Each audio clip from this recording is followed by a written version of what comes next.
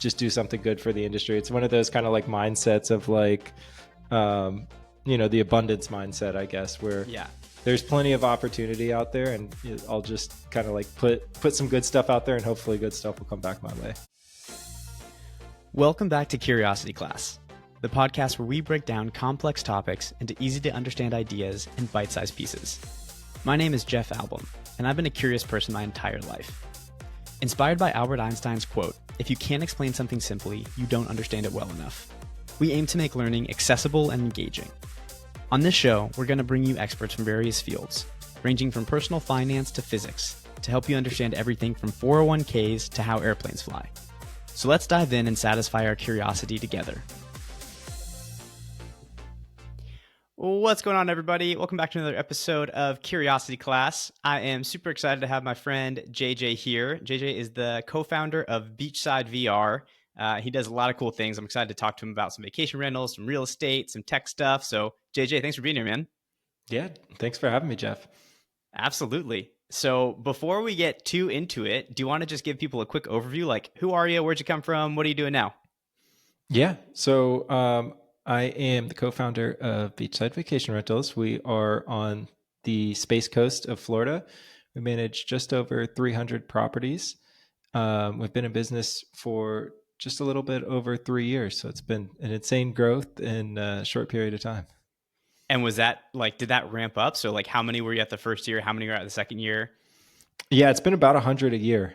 So it's been crazy. And we've just had a couple of, right time, right place kind of big deals happen. But yeah, it's been pretty steady growth over those 3 years.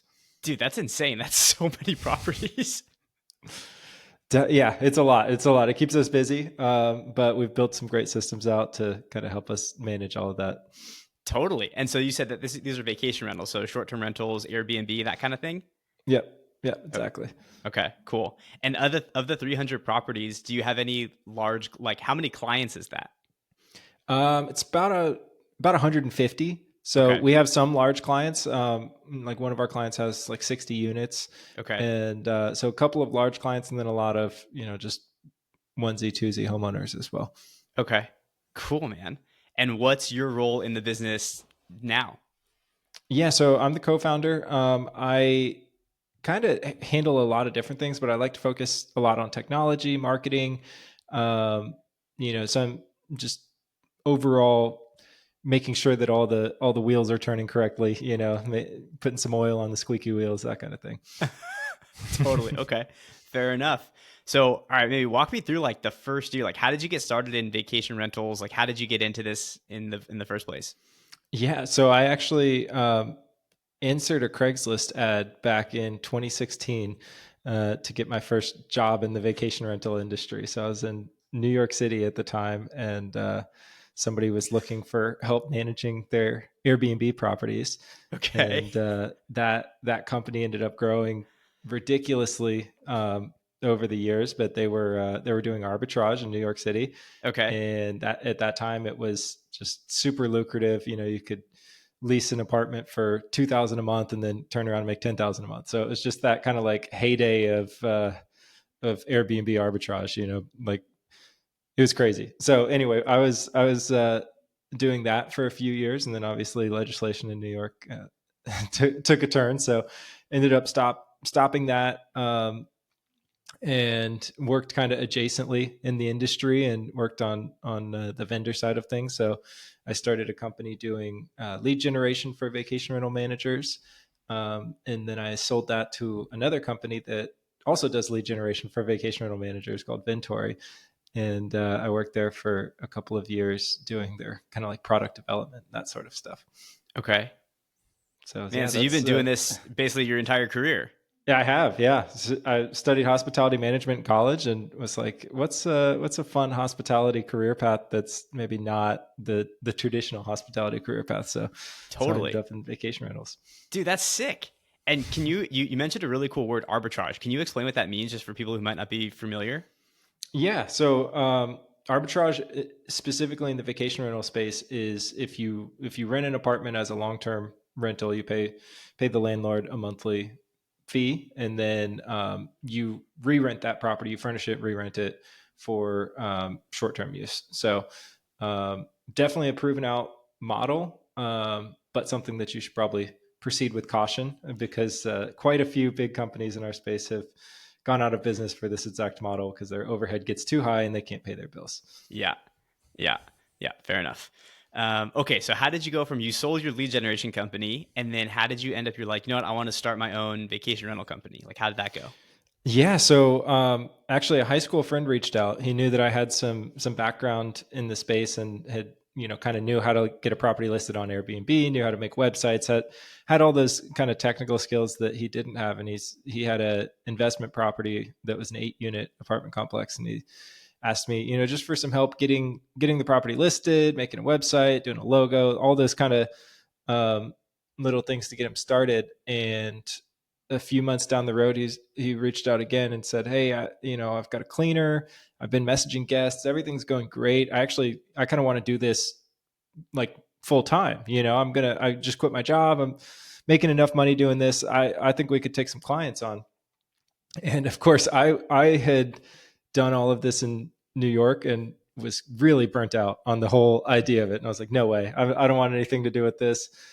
Thanks anyway. And then he kind of kept pestering me of like, come on, I'll handle most of it. All you have to do is just like do the back end technology stuff. And I'm like, all right, fine, let's let's do this. But I'm keeping my job. I'm not diving in on this. This will just be a little side hustle thing. And Yeah. um, honestly, I thought that it was going to be, maybe signed a couple of clients here and there, and it would just be a couple $100s a month extra of like good beer money, essentially. Yeah. And it turned out a lot more than that. He ended up signing. We were at 100 units in the first year, and he was just a sales machine. And I think it's kind of the right time, right place, perfect market. Everything just kind of came together to be this perfect storm of like, wow, this is a real business all of a sudden. So Dude, that's yeah. crazy. All right, I gotta ask like so many questions on like the systems that you implemented, because going from 0 to 100 units in 1 year is insane. So I'm sure that like I've managed 1 to 2 Airbnbs at a time, and I thought I had systems. And I remember someone asked me a question once. They were like, if you 10x your business right now, would it feel good or would it feel like you're on fire? And I was like, oh, that would be awful. Like I couldn't do that. Like that wouldn't work. It would blow up. So how did you do that? How did you guys take on 100 properties in 1 year? Yeah, we've always had this kind of like technology first mindset, and Okay. this I was fortunate to like I said, I'd kind of done it before. So the previous company I'd taken from 15 to 150 units, Okay. and we were super lean. We had a couple of employees, but for the most part, it was me managing a lot of the day to day. So I kind of had to rely on that like automation skill set, if you will. So obviously like automated messages in your property management system, apps that will make your job easier, like cleaning, scheduling, and stuff like that. Mm-hmm. Um, and then we've always had that kind of mindset of like, as soon as it gets to be too much for one of us to handle, that we hire somebody else to do it, Okay. with that like growth in mind of knowing, yeah, it might not be super profitable right this second if we do have to hire somebody to handle this, but like we're looking ahead to the next 50 units, next 100 units, where then it's going to make sense to have one person handling one specific task that is too much. So and we utilize international talent a lot, and I think that's another kind of key thing that's helped us grow. So instead of hiring stateside for every single um, position, we've taken some positions and hired internationally, which allows us to have multiple employees for the price of what one stateside employee might be.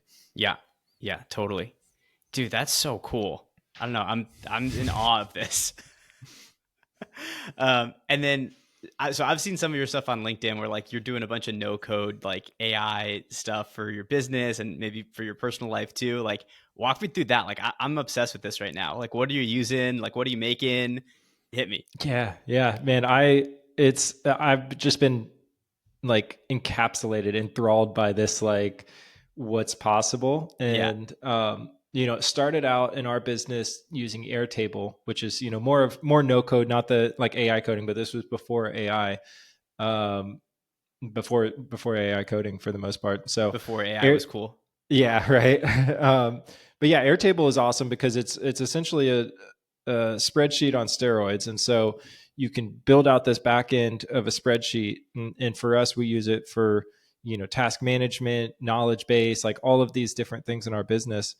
But it's essentially the back end's a spreadsheet, and then you can build a front end on top of it. So it's like you're building your own apps just with drag and drop tools. So Okay. that's how we kind of got started, and that's like the base of a lot of stuff in our business is on Airtable. And then as So like, wait, sorry. Can you just give an yeah. example? Like, what's an example of something you would build on Airtable? Well, so we use our task management is on Airtable. So, say a guest reports that we have a leaky faucet, right? Okay. The guest services team will put a ticket in through a form, and then that form goes into a dashboard that we have our maintenance coordinator decide who's going to handle that task, right? There, and they will assign that task out to somebody. That somebody else will get a notification that says, "Hey, you got to go fix this leaky faucet at this property." um, they complete the task on their phone, and then it all syncs back into Airtable. Our billing, how much we bill for that task, everything is in there as well. So it's you can, and that's just like very specific to our industry, but pretty much any process or app that you can dream up, you could probably build an Airtable, which is why it was the solution that we went for first. Totally. And like, had you used Airtable before, or you just like, okay, I know we need a task management software. I'm just going to go figure this out. Yeah, so while I was at Vintory, I was lucky enough that I had a lot of autonomy in the product department of basically like, hey, just think about an end goal. How are we going to get there? And so I got to do a lot of prototyping before we handed it off to the development team. So Okay. I used Airtable for prototyping of like, what's possible, what could we do, and like what's the database structure look like and stuff like that. And so yeah, I got some experience there just kind of poking around. I didn't use it as extensively as I do now, but Okay. definitely just got kind of over that little learning curve and kind of understanding of like database structure, I guess, is and it's so much easier to figure out how to build a database in Airtable when you can kind of see all the rows and it looks like a spreadsheet compared Sure. to Sure. trying to do like a SQL database and not having any idea what you're Right. Like, messing with there. I don't know how to write SQL, but I have to go Right. figure out this database thing. Yeah, exactly.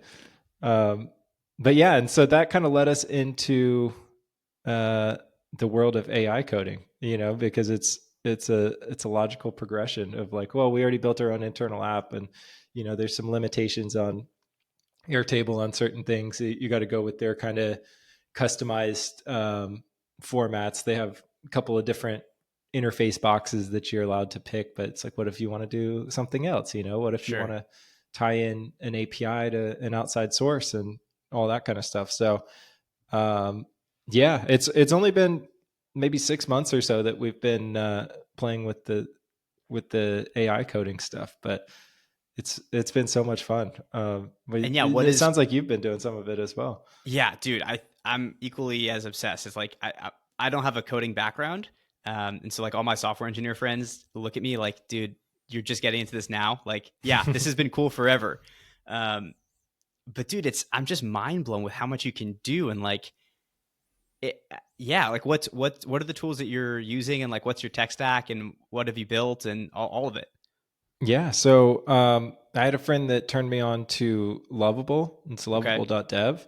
Um, and I mean, it's essentially imagine like the chat GPT interface of just a text box, right? And then you just tell it what you want to build. I mean, it sounds crazy saying that, but that's basically it. You say, I want to build a calendar scheduling app like Calendly, right? Yeah. Type that in there, it'll build it, and Yeah. it's like you don't have to go through, you really don't have to prompt all that much for it to kind of get the gist of what you want. And then afterwards you could say, I think I want the text box to be blue. Okay. Or the button to be blue. And then I think I want to set up this rule where like you can only schedule events on certain days or all that kind of stuff. You can just kind of keep prompting after that initial thing is built. And it's just been so awesome to be able to, um, like see real time, like you're building something, you know? Totally. And that I feel like that feedback loop that you get of like, oh, like I did something, it worked. I did something, it worked is so it's almost addicting, right? Because like 100%. you're doing stuff and it's like you see the real world inputs and you're like, whoa, like that's wild. So what kind of stuff have you built? Yeah, so I started out doing just a couple of like personal apps just to see, hey, is this real? Because I tried it probably a year ago, maybe a year and a half ago, and I thought it was a scam, honestly, because it was one of those things where it was like, um, I tried to prompt it. It built something that looked kind of cool, but it didn't work at all. Right, It, like right, right, nothing right. worked, and then I started saying, "Oh, this button doesn't work. This doesn't work," and then it's like, "Boom, you need more credits," and I'm like, "Oh, Right. come on," like it's like just putting in these all these tokens to this thing, and it's intentionally introducing bugs so that you have to buy more tokens. Right. So I totally thought it was a scam, but one of my friends showed me something they built, and I was like, "Oh, this thing, okay, it might be ready now." So I went back and started building some things. So I think, let's see, the first thing I did was a photo sharing app where, if instead of like Google Drive, where everybody has to be able to log in to connect their Google account and then upload it to the drive, what if you could just send a link and then people choose their pictures and it's all there, and then you can just download a folder. So that was one thing, because I had a friend reach out and say, they were collecting a bunch of pictures and it's a pain in the butt when somebody wants to, like, they text them all the pictures and then they have to save the pictures, put in an album, all that stuff. So I was like, that's good use case for like the first thing to build. And, I built it in like 2 hours, and I was like, wow, this is, this is awesome. So I started just kind of playing around doing it with a couple of other things. And so the first thing I built for our company with it was a pro forma generator. And essentially, if you're not, if you're outside of the industry or don't know, the first thing normally as a vacation rental manager, the first thing people ask is, how much is my property going to generate? Right? Everybody always wants to know how much their property is going to generate. And so um, we used to have a spreadsheet essentially that we would go to other places, other data sources, type in the address, figure out like comparable properties, try and come up with like how much it's going to generate based off the comparable properties, take that information, put it back into the spreadsheet, and then I had the spreadsheet connected to another thing that generated a PDF that made the spreadsheet look a little bit nicer. Okay. And it was just this like pain in the butt. It was always breaking. It took the team probably like 15, 20 minutes each time we had to do that. And like I said, it's every single time you have a lead, you have to make one pretty much. Right, right. So it was just kind of bogging us down. So I was like, well, what if I just feed in all this information that I have from this old spreadsheet? I already know what I want it to look like essentially, but I want it to look a little prettier. Mm-hmm. So I gave it all the information. I said, make this look better and make it easier to use, basically. Right. And it did a really good job just on the first run. And I just kind of kept prompting it, kept tweaking it. First version, I didn't connect any data or anything to it. I just still kept it a manual fill out. Okay. And I showed it to a couple of friends in the industry, and people were like, this is really cool. And so it gave me, a little bit more desire to like keep building on it, again, going back to that like positive reinforcement of like, I built this thing in a couple of days. People like it. This is really fun. Saving our team time already. Our pro formas look better. So all these things. So I connected a data source to it. And now you basically go in, you put an address in, and then it'll pull in like actual Airbnb scrape data to say how much the property could generate.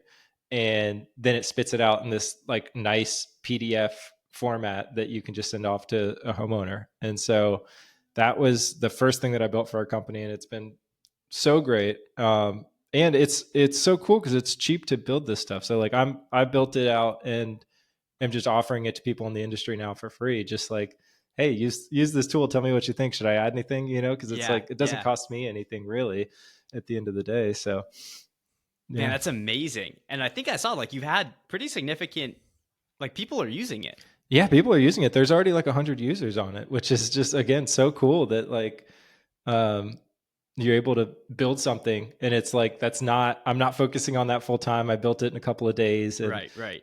yeah. Do you like, is there part of you that like sees this as a potential offshoot in other business?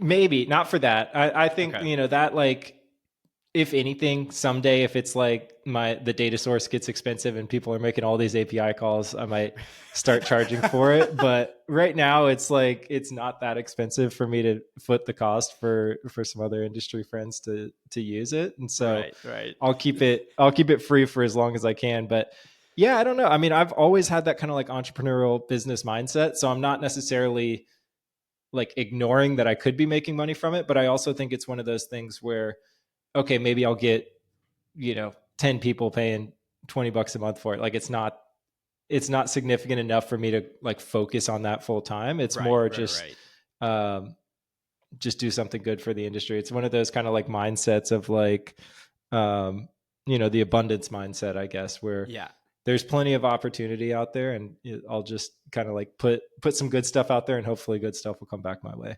for sure. You just try to add value wherever you can. Yeah. Man, that's super cool. I love that. So, Yeah. as a tech, I'm a novice at this stuff. So, you connect when you said you connected it to a data source. What does that mean? Yeah. So there are pretty much any data source that you could think of. Like if you're like, hey, I want to make a app that helps me with my fantasy football league and like tells me if somebody's injured, right? Or Mm-hmm. like, I don't know. It's a random example I just pulled off the top of my head. I'm sure there's an API out there that will tell you the all the injuries for NFL players, right? Like there's basically people will put together these massive databases that you can then send out calls to get the data from it. So you don't have to go out there and compile all the data and try and figure out like, hey, NFL players, how do I know if an NFL player is hurt? There's probably a database that says it already, and you can Mm-hmm. just access that data. Sometimes it's free, sometimes you have to pay for it. It just depends on like what the data is and what the value of that data is. But so, taking that concept, you could do it for anything. You could do it for property data. You want to find like the owner of a property, instead of going to, your county's website and like typing in their name. There's probably a database. Well, I know there's a database that you can plug in the address, and then it'll send back all the information for um, the owner contact information and all that Right, stuff. right, right. So that's essentially what I'm saying with the data source, is that there's somebody else has gone through the hard work of compiling all of that data and put it into one place, and then all you have to do is send over an API call, and it sends back the information, so you don't And have to go collect it all. you get charged every time there's an API call. Is that how that works? Yeah, exactly. Okay. Exactly. So like for my pro forma app, for instance, anytime somebody generates a pro forma and puts in and says that they want market data, it charges me. But Got it. like I Got it. said, Got it. it's a small amount, so it's not enough to where it's like breaking the bank for me. Right. Right. But that's why I said someday, if it gets to be crazy, I might have to start charging for it. But for Someone's there now, just it's click and refresh. You're like, stop, yeah, stop. yeah. Dude, that's super cool. I love that. So as you think about the future, like, dude, it sounds like you got a lot going on. Like you're crushing it in the VR space. You're like, are you an investor yourself as well in real estate? Not really. My partner Okay. is. I've unfortunately, like when we started the business, interest rates were low, but I didn't have a lot of cash, so Yeah. I didn't like jump on it. And now where I'm a little bit more ready to start looking at some investment properties and stuff, it's like, oh, it's maybe not the best time to invest right now, Yeah. given interest rates and stuff. So Yeah. I'm definitely ready for it. It's just one of those things you got to kind of wait for the market to be right, wait to find a good deal. Um, but I am invested in my business. So there we Totally. go. Yeah. Yeah. Dude, I feel like we kind of had opposite paths. Like I started in real estate and now I'm like learning more and more about business investing and just like business operations. Mm-hmm. And I guess it's kind of the same because real estate is a business, but I feel like businesses have a much better, like everyone gets into real estate for cash flow the majority of the time. Mm-hmm. But the secret is that there is not a lot of cash flow when you first start in real estate. And Right. so the cash flow is in businesses. Exactly. Like Yeah. Yeah. it's I was just having that conversation actually, where I was like, from my opinion, um, investing in like long-term rentals especially is a great vehicle for long-term wealth creation. Totally. However, for cash flow, it really hurts because it's like, Yeah. oh, we got to get a new AC unit for this unit, or this unit's, the got to do some improvements here. And it's like every month, even if you're making a couple hundred a month cash flow, eventually that's going to get like taken back down Yeah. on. So yeah, I totally agree. Whereas, yeah, if especially business creation is great for cash flow because you didn't have to put any money into it necessarily. And if you can bootstrap your way to, cash flowing business, then all of the expenses the business pays for. Yeah. Yeah, dude, that's amazing.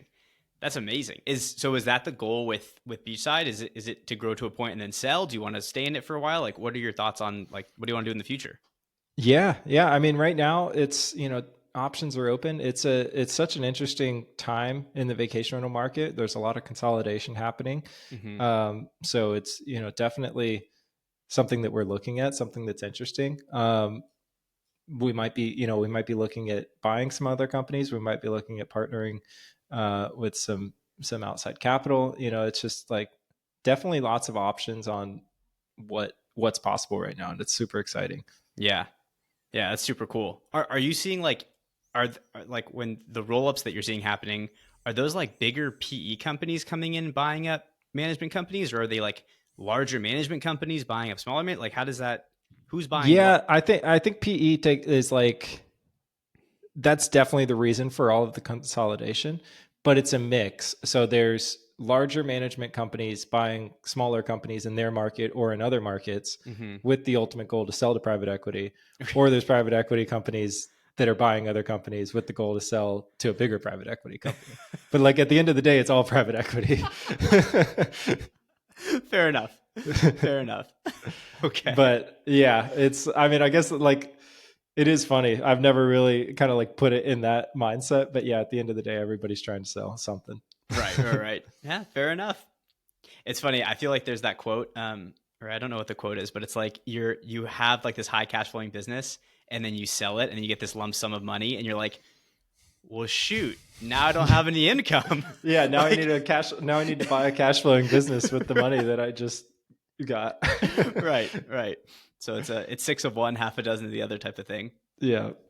Yeah, for sure. And I mean, that's another thing we've talked about. I think our mindset changes probably by the month of, hey, could just keep growing this thing and just cash flow it. And that's it. Right, right, That right. is That's the the finish exit line. strategy. Right. So who knows where we'll end up, but right now it's a fun ride. And have the growth that you guys have experienced, that's all been through sales and like just getting more clients? It hasn't been Yeah, through it's acquisition? all been organic. We had one I guess one or two lucky breaks where there were just kind of like big deals that Okay. came through. One of them was the resort that we managed at. The on-site manager just went out of business, went bankrupt, and essentially was like, "Hey, can you just take over where we left off?"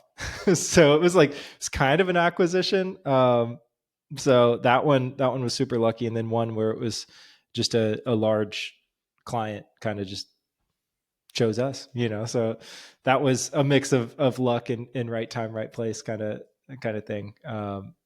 But yeah, otherwise it's been all organic traffic, organic referrals, and just kind of grinding. Yeah. Yeah. That's super cool, man. That's super cool. What does I'm just always curious, like you're obviously a high performer, you're doing a lot of stuff. Like, do you have a typical day in the life? Like, do you have a daily routine, or like, okay, Wednesdays I do this, Tuesdays are my meeting day? Like, what does a typical day in the life look like for you? So I think this is gonna like blow your mind and a lot of people's minds. I actually work 4 days a week, so I work Monday through Thursday, and the reason for it is like I honestly think I'm more productive when I have that time to reset and kind of like take some time back on the weekends and not think about work. Mm-hmm. And then I come to work and I'm just so much more productive because I'm like got my stuff laid out. I run through my tasks, and um, I'm fortunate enough to now I'm not in the day to day. Like I'm not the one answering phones for an upset guest calling in, right? Or Mm-hmm. all of that kind of stuff. So a lot of my work is more task and goal driven and less kind of daily operations driven. And so I'm able to not necessarily work the normal times. And I mean, in our industry, there is no normal time, right? It's all the time. But um, yeah, so I think, the normal day to day is, um, sometimes 8 hours, sometimes 10 hours, sometimes 12 hours. Like it depends on what's going on. But I think the important part is the rest part. And I think, especially in the kind of entrepreneurial business startup circles, that's not talked about a lot. And you see people that are like working 12-hour days, 7 days a week. And it's just not sustainable. It really isn't. And so I don't know, I kind of flip it on its head. And it's like, what if I work less and get more done, and instead of trying to just keep going and keep grinding through the slog. Did something like, how did you learn that? It was actually my partner. So my partner's he's a freak that does work 7 days a week, Okay. but it's different because he likes it. Like he genuinely would prefer working. Like he gets stressed out when he doesn't work. And Okay. so, but he, it was, I don't know, maybe a year ago at this point, 6 months to a year ago. He's like, dude, you're so angry. Why are you so upset? And I was like, it's just, I feel like I'm working too much, blah, blah, blah. And he's like, why don't you just stop? Like, just don't work so much. I'm like, oh, all right, we'll see what happens. So it started off as kind of like an experiment to see, like, would my mindset shift? Would I be in a better mood if I didn't work Fridays? And that experiment turned out to be true. So yeah, Have that you ever it not, was really my partner kind of like pushing me to do it. have you ever tried to go to 3 days? I have not, but maybe, yeah, How's it, maybe, what, maybe in the spring, if your mood's I'll good go now, golfing some more. yeah, why not? Yeah, it's definitely, I mean, who knows, right? Like, get it down to the 4-hour work week. Tim Ferriss had something going on there. So Yeah. yeah, might follow in his footsteps. Oh, good. Perfect segue. That was actually my next question is like, do you read? Do you like consume content? Are you a podcast listener? Are you a book reader? Like, what's your go-to? Yeah, I love reading books. Probably should read more than I do, but definitely enjoy it. I can't remember the name of the app now. I think it's called Impact. Maybe it's either Blinkist or Impact. There's two that are kind of the same thing, but it's like a micro learning Yeah, yeah. So it like app where you summarizes can. books. Yeah, so I've been doing some of those as well. Just like, I got rid of all social media on my phone, so it's like if I ever have the impulse to scroll, instead of scrolling, now I'm using that app to just kind of like click through and read some books real quick. But I'll read those, and then if I enjoy that, then I'll actually go buy the book and read the full book. Okay. Um, but yeah, outside of that, I am definitely a big learner. Like, I'm just such a naturally curious person on like how things work and that sort of thing. So I end up watching a lot of YouTube Okay. on how do certain things work, or just trying to figure stuff out myself. Like, with the AI coding, for instance, it's just trial by action, trial by fire. So Yeah. So what's like the most recent book you've listened to or like that you've really enjoyed? most recent book. So uh, I got a lot of books on my plate right now. Actually, my wife is expecting, and so I've been reading a lot of parenting and Oh, dude, baby books and stuff like that. congratulations. Thank you. When do you guys do? June. Nice, dude. Okay, Yeah. we had our firstborn, he was born June 15th. Oh wow. I Er, June 13th, I think, is our expected date. So Holy smokes. Oh, yeah, that's amazing, man. Do you yeah. know So boy or girl? it's a boy. Yeah, Very cool. Very yeah. cool. So you're But reading like all the parenting books, like what yeah, to parenting books, what to expect, and expecting the better. I haven't read that one yet. Oh, Okay. I think it's on my bookshelf. I have, like I said, I have a stack of them, but right now I have two that are like the weekly for the trimesters, and like the what you should be doing as a father during Yeah. those Yeah. Yeah. weeks and Yeah. that kind of stuff. So that's been most of my reading time as of recent. But Yeah, I haven't been doing too many business books. That's probably it sounds like you're a very wise person. You work 4 days a week and you transition to parenting books when you're having a baby. This is Yeah. probably a wise decision all around. That's super cool, man. Well, dude, where can people find out more about you? And if they want to get in touch and learn more, what's the best place to do that? Yeah, you can find me on LinkedIn. My name is JJ King on LinkedIn, or you can shoot me an email. My email is jj@beachsidevr.com. Awesome. And if like, what are you looking for right now? Like if people have obviously a vacation rental in Florida, that would be good. But Sure. like, Yeah. what else are you looking for that people can reach out to if they're looking to help you out? Yeah, I just love sharing ideas. I love networking in the industry. So anybody in the hospitality, short-term rental, vacation rental industry, happy to connect. And then if you're outside of the industry and just want to shoot the shit with being an entrepreneur or anything like that, always happy to connect as well. Love it. I love it. Love it. Well, dude, thank you so much for coming on. I really appreciate you and I appreciate your time, and looking forward to keeping the conversations going. Yeah. Thanks, Jeff. Thanks for having me. Awesome. All right. Bye, everybody.